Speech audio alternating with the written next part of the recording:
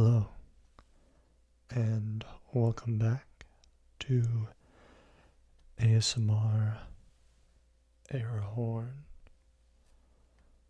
I am happy to be back. I haven't been making videos for a few weeks because I just started school again, and I'm very busy and have not had a lot of time to make videos, which has been sad for me. But I finally have a little bit of time for myself this week because we just had exams last week, and so I have a little bit of time to make a little ASMR. And unfortunately, that means I don't have a lot of creative juices flowing at the moment, and I wasn't really sure what to make a video about, but I figured I would return to the Greek mythology book that I read from before, because I promised in that video that I would read the myth of Cupid and Psyche, and I didn't get around to it because I ended up spending a really long time reading about all the gods and goddesses, because there are a lot. But I figured now would be as good a time as any to go back and read that myth of Cupid and Psyche. It's one of the lesser known ones, I think, but it's nice and short, and it's always been one of my favorites, because when I was a kid in elementary school, we did a play version of it, and I really wanted to play Cupid, but instead I ended up playing a talking reed. Yes, I was a talking blade of grass that gives Psyche, the female main character, I gave her some advice. But it was really cute. I wore a green toga and looked like a little blade of grass. I wish my mom still had that video with my little Harry Potter glasses. Adorable. I thought I would do some soft speaking instead of whispering, because I have a friend who said he really wanted to hear my soft-spoken voice instead of a whispering voice. And I hope you all enjoy that instead of my usual whispering. I thought it would be a fun change of pace. Anyway, let's get into the story. I bookmarked it with this watercolor drawing I made of cats the other day. Anyway, here we go. This is Edith Hamilton's mythology, popular mythology text that I've had since I was a kid. And we are on part 2, Stories of Love and Adventure, starting with Cupid and Psyche. And there is a little drawing accompanying the story. Alright. This story is told only by Apuleius, a Latin writer of the 2nd century AD. The Latin names of the gods are therefore used. It is a pretty told tale, after the manner of Ovid.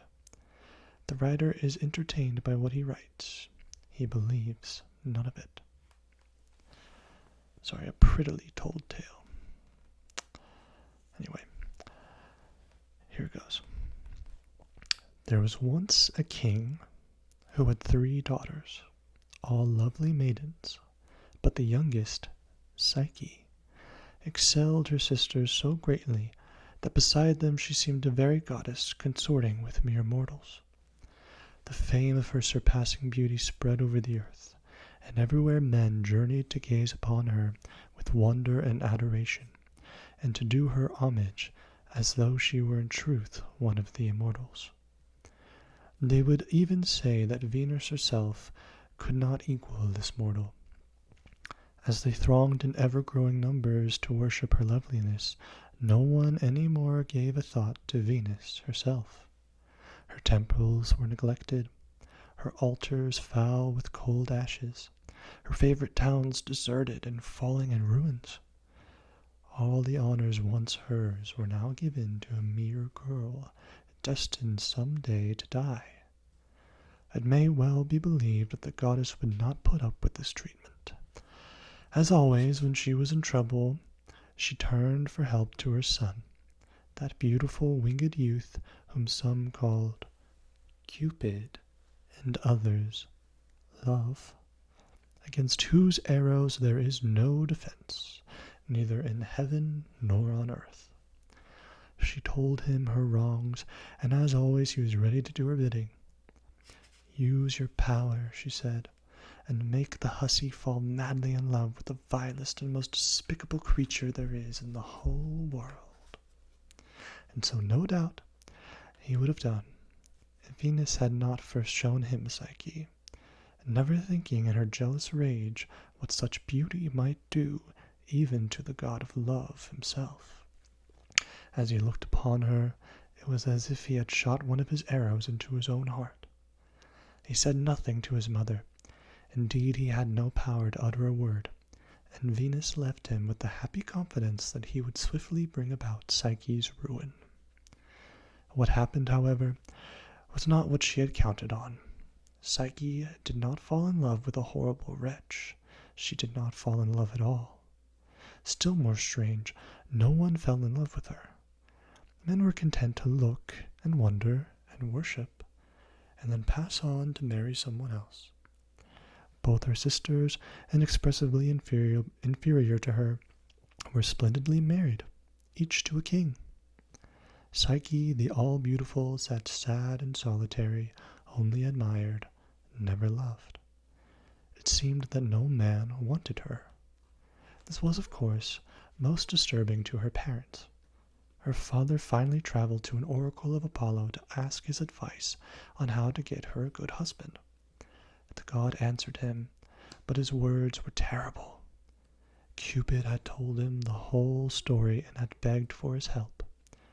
Accordingly, Apollo said that Psyche, dressed in deepest mourning, must be set on the summit of a rocky hill and left alone, and that there her destined husband, a fearful winged serpent, stronger than the gods themselves, would come to her and make her his wife. The misery of all when Psyche's father brought back this lamentable news can be imagined. And they dressed the maiden as though for her death, and carried her to the hill with greater sorrow than if it had been to her tomb. But Psyche herself kept her courage. "You should have wept for me before," she told them, "because of the beauty that has drawn down upon me the jealousy of heaven. Now go, knowing that I am glad the end has come." They went in despairing grief, leaving the lovely, helpless creature to meet her doom alone, and they shut themselves in their palace to mourn all their days for her. On the high hilltop in the darkness Psyche sat, waiting for she knew not what terror.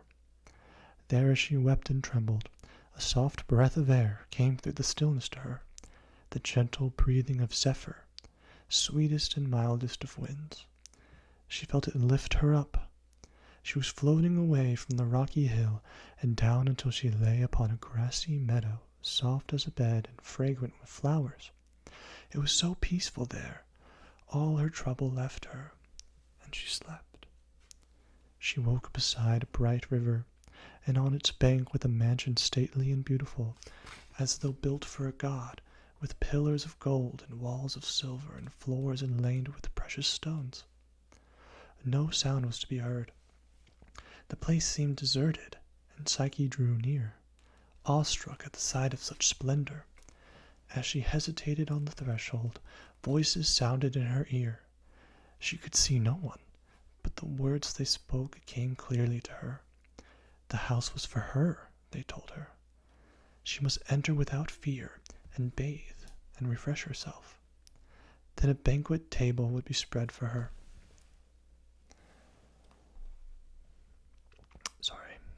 Then a banquet table would be spread for her. We are your servants, the voices said, ready to do whatever you desire.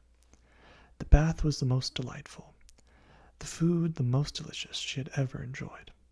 While she dined, sweet music breathed around her. A great choir seemed to sing to a harp, but she could only hear, not see them. Throughout the day, except for the strange companionship of the voices, she was alone. But in some inexplicable way she felt sure that with the coming of the night her husband would be with her. And so it happened. When she felt him beside her and heard his voice softly murmuring in her ear, all her fears left her. She knew without seeing him that here was no monster or shape of terror, but the lover and husband she had longed and waited for. This half-and-half companionship could not fully content her. Still she was happy, and the time passed swiftly. One night, however, her dear though unseen husband spoke gravely to her, and warned her that danger in the shape of her two sisters was approaching. They are coming to the hill where you disappeared, to weep for you, he said. But you must not let them see you, or you will bring great sorrow upon me, and ruin to yourself.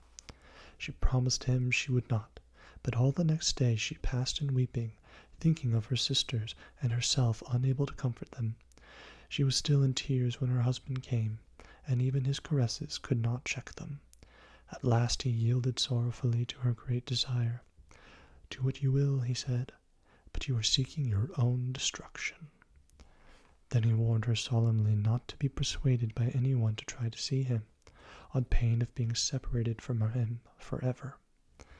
Psyche cried out that she would never do so. She would die 100 times over rather than live without him. But give me this joy, she said, to see my sisters. Sadly he promised her that it should be so. The next morning the two came, brought down from the mountain by Zephyr. Happy and excited, Psyche was waiting for them. It was long before the three could speak to each other. Their joy was too great to be expressed except by tears and embraces. But when at last they entered the palace, and the elder sisters saw its surpassing treasures, when they sat at the rich banquet and heard the marvelous music, bitter envy took possession of them, and a devouring curiosity as to who was the lord of all this magnificence and their sister's husband. But Psyche kept faith. She told them only that he was a young man, away now on a hunting expedition. Then, filling their hands with gold and jewels, she had Zephyr bear them back to the hill. They went willingly enough, but their hearts were on fire with jealousy. All their own wealth and good fortune seemed to them as nothing compared with Psyche's, and their envious anger so worked in them that they came finally to plotting how to ruin her. That very night, Psyche's husband warned her once more. She would not listen when he begged her not to let them come again. She never could see him, she reminded him. Was also she to be forbidden to see all others, even her sisters so dear to her? He yielded as before, and very soon the two wicked women arrived, with their plot carefully worked out. Already, because of Psyche's stumbling and contradictory answers when they asked her what her husband looked like, they had become convinced that she had never set eyes on him and did not really know what he was. They did not tell her this, but they reproached her for hiding her terrible state from them, her own sisters. They had learned, they said, and knew for a fact, that her husband was not a man, but the fearful serpent Apollo's oracle had declared he would be. He was kind now, no doubt, but he would certainly turn upon her some night, and devour her. Psyche, aghast, felt terror flooding her heart instead of love. She had wondered so often why he would never let her see him. There must be some dreadful reason. What did she really know about him? If he was not horrible to look at, then he was cruel to forbid her ever to behold him. In extreme misery, faltering and stammering, she gave her sisters to understand that she could not deny what they said, because she had been with him only in the dark. There must be something wrong, she sobbed, for him so to shun the light of day, and she begged them to advise her. They had their advice all prepared beforehand. That night she must hide a sharp knife and a lamp near her bed. When her husband was fast asleep, she would leave the bed, light the lamp, and get the knife. She must steel herself to plunge it swiftly into the body of the frightful being the light would certainly show her. "We will be near," they said, "and carry you away with us when he is dead." Then they left her torn by doubt and distracted what to do. She loved him. He was her dear husband. No, he was a horrible serpent, and she loathed him. She would kill him. She would not. She must have certainty. She did not want certainty. So all day long her thoughts fought with each other. When evening came, however, she had given the struggle up. One thing she was determined to do: she would see him. When at last he lay sleeping quietly, she summoned all her courage and lit the lamp. She tiptoed to the bed, and holding the light high above her, she gazed at what lay there. Oh, the relief and the rapture that filled her heart! No monster was revealed, but the sweetest and fairest of all creatures, at whose sight the very lamp seemed to shine brighter. In her first shame at her folly and lack of faith, Psyche fell on her knees and would have plunged the knife into her own breast if it had not fallen from her trembling hands. But those same unsteady hands that saved her betrayed her too, for as she hung over him, ravished at the sight of him, and unable to deny herself the bliss of filling her eyes with his beauty, some hot oil fell from the lamp upon his shoulder. He started awake. He saw the light, and knew her faithlessness, and without a word he fled from her. There's a picture: Psyche gazing at Cupid in the light.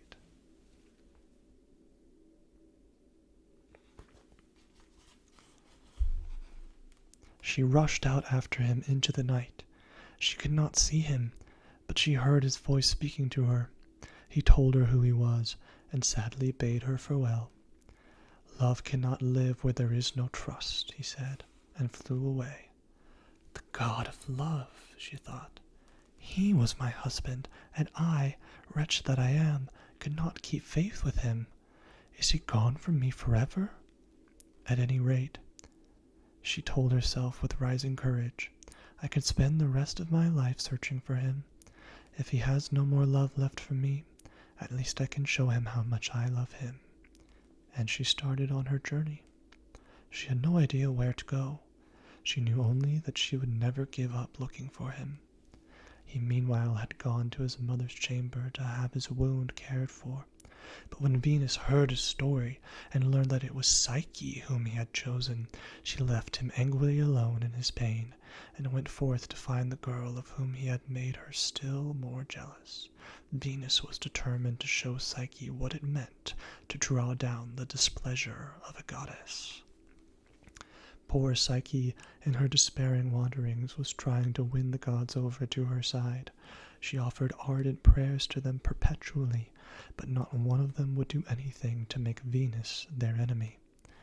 At last she perceived that there was no hope for her, either in heaven or on earth, and she took a desperate resolve. She would go straight to Venus. She would offer herself humbly to her as her servant, and try to soften her anger. And who knows, she thought, if he himself is not there in his mother's house? So she set forth to find the goddess who was looking everywhere for her.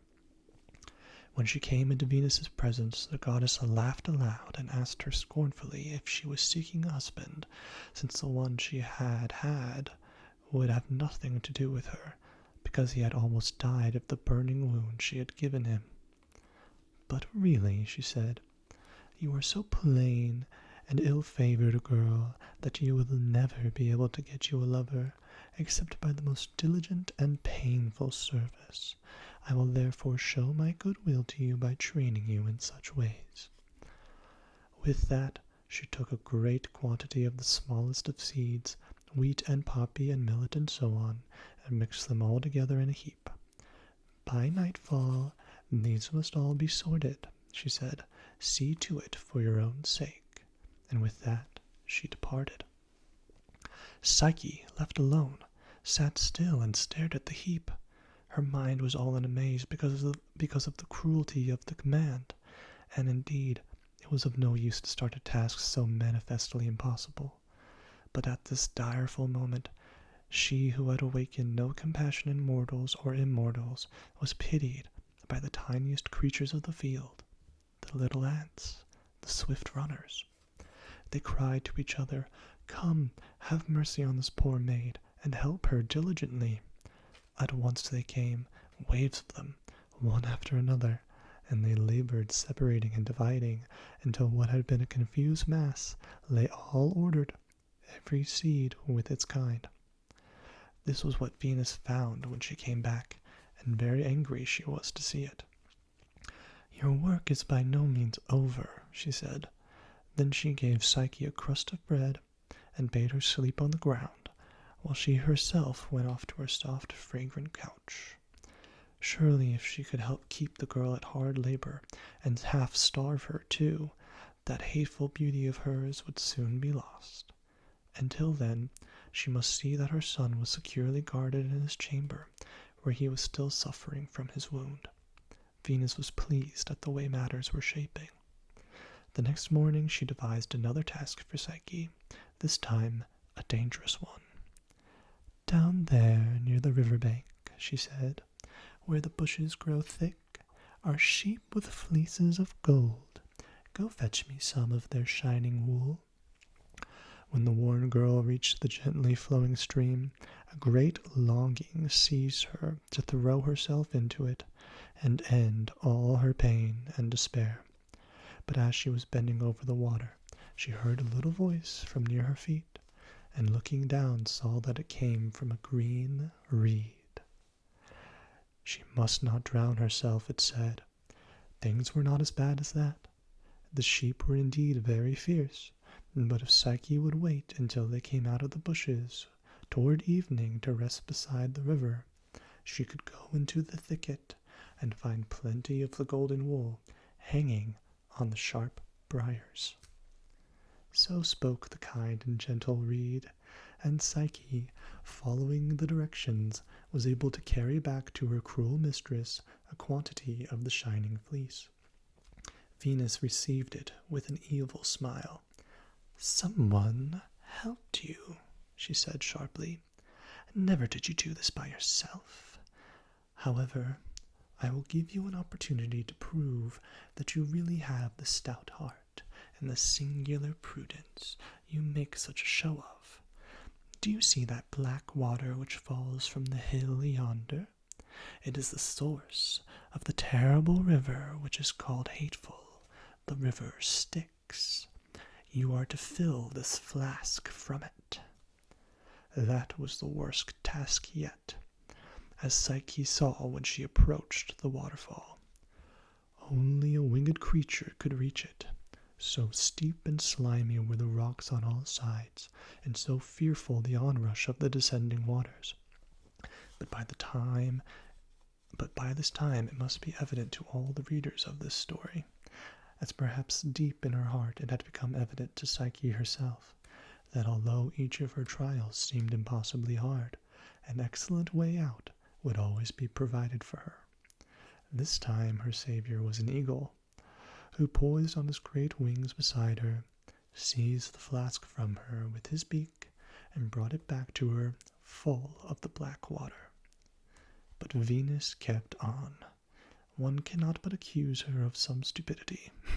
The only effect of all that had happened was to make her try again. She gave Psyche a box which she was to carry to the underworld and ask Proserpine, or Persephone, to fill with some of her beauty. She was to tell her that Venus really needed it. She was so worn out from nursing her sick son. Obediently as always, Psyche went forth to look for the road to Hades. She found her guide in a tower she passed. It gave her careful directions how to get to Proserpine's palace. First through a great hole in the earth, then down to the river of death, where she must give the ferryman, Charon, a penny to take her across. From there, the road led straight to the palace. Cerberus, the three-headed dog, guarded the doors, but if she gave him a cake, he would be friendly and let her pass. All happened, of course, as the tower had foretold. Is it tower or tower? Maybe it's a tower. I don't know. Proserpine was willing to do Venus a service, and Psyche, greatly encouraged, bore back the box, returning far more quickly than she had gone down.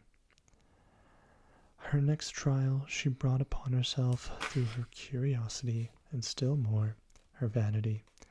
She felt that she must see what that beauty charm in the box was, and perhaps use a little of it herself. She knew quite as well as Venus did that her looks were not improved by what she had gone through, and always in her mind was the thought that she might suddenly meet Cupid. If only she could make herself more lovely for him. She was unable to resist the temptation. She opened the box. To her sharp disappointment, she saw nothing there. It seemed empty. Immediately, however, a deadly languor took possession of her, and she fell into a heavy sleep. At this juncture, the god of love himself stepped forward. Cupid was healed of his wound by now, and longing for Psyche. It is a difficult matter to keep love imprisoned. Venus had locked the door, but there were the windows. All Cupid had to do was to fly out and start looking for his wife. She was lying almost beside the palace, and he found her at once. In a moment he had wiped the sleep from her eyes and put it back into the box. Then waking her with just a prick from one of his arrows, and scolding her a little for her curiosity, he bade her take Proserpine's box to his mother, and he assured her that all thereafter would be well. While the joyful Psyche hastened on her errand, the god flew up to Olympus.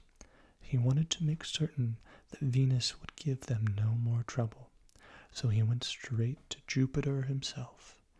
The father of gods and men consented at once to all that Cupid asked. Even though, he said, you have done me great harm in the past, seriously injured my good name and my dignity by making me change myself into a bull and a swan, and so on. However, I cannot refuse you. Then he called a full assembly of the gods and announced to all, including Venus, that Cupid and Psyche were formally married, and that he proposed to bestow immortality upon the bride. Mercury brought Psyche into the palace of the gods, and Cupid and Jupiter himself gave her the ambrosia to taste, which made her immortal. This, of course, completely changed the situation. Venus could not object to a goddess for her daughter-in-law. The alliance had become eminently suitable. No doubt she reflected also that Psyche, living up in heaven with a husband and children to care for, could not be much on the earth to turn men's heads and interfere with her own worship. So all came to a most happy end. Love and the soul, for that is what Psyche means, had sought, and, after sore trials, found each other, and that union could never be broken.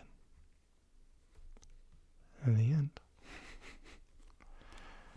I love that story. It's like the archetypal, like, Disney princess story, fairy tale story. It's got so many elements of it. It's like a little bit of Cinderella, a little bit of Beauty and the Beast, a little bit of Snow White, a little bit of Sleeping Beauty. It's all there. And that was kind of like the originator of all those stories. And yes, Cupid was the god of love, and Psyche was the god of the soul. So in the end, the love and the soul are together. And that is why when you get married, you're combining your souls in love. Basically, is what the Greeks and Romans thought. So yeah, thank you for joining me on this ASMR story time.